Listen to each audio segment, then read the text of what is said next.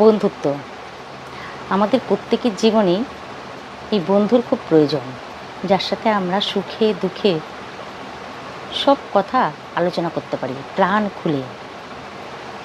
আজকাল এই সোশ্যাল মিডিয়ার যুগে বন্ধুত্ব পাওয়া খুব সহজ।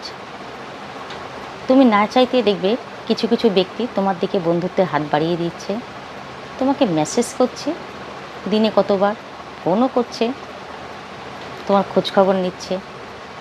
আর তোমার তখন মনে হবে যে নিঃস্বার্থভাবেই মানুষটি আমার খোঁজখবর করছে, যেটা আমার অন্য কোনো বন্ধু বা আমার আত্মীয় স্বজন আমার করে না, এই বন্ধু করছে।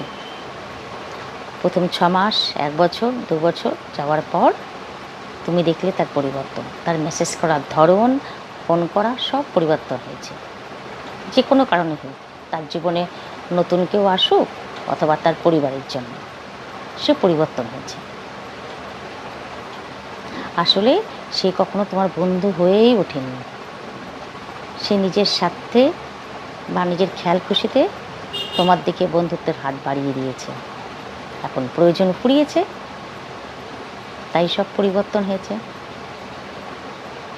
কথায় আছে, টাকা নেবে গুণে, বন্ধু নেবে চিনে। তোমার মূল্যবান সময় তুমি অপরকে দিয়ে